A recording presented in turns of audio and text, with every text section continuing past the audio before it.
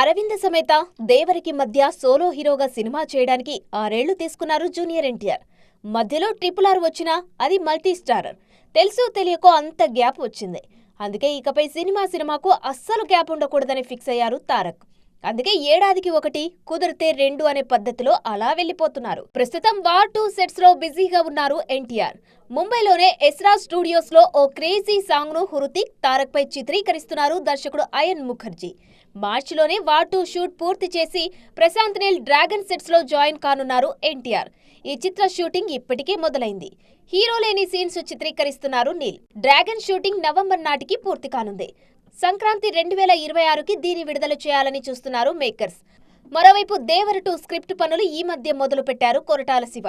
మే నాటికి కథ పూర్తి చేసి 2025 సెకండ్ హాఫ్ అంతా ప్రీ ప్రొడక్షన్ పైనే ఫోకస్ చేయనున్నారు ఈ దర్శకుడు.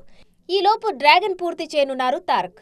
డిసెంబర్ నాటికి దేవర 2 ప్రీ ప్రొడక్షన్ పూర్తయితే 2026 ఫస్ట్ హాఫ్ లో సెట్స్ పైకి తీసుకెళ్లి దసరాకి రిలీజ్ చేయాలనేది కొరటాల ప్లాన్. పైగా తారక్ కూడా ఓ సినిమా అయ్యాకే మరోటి అంటున్నారు.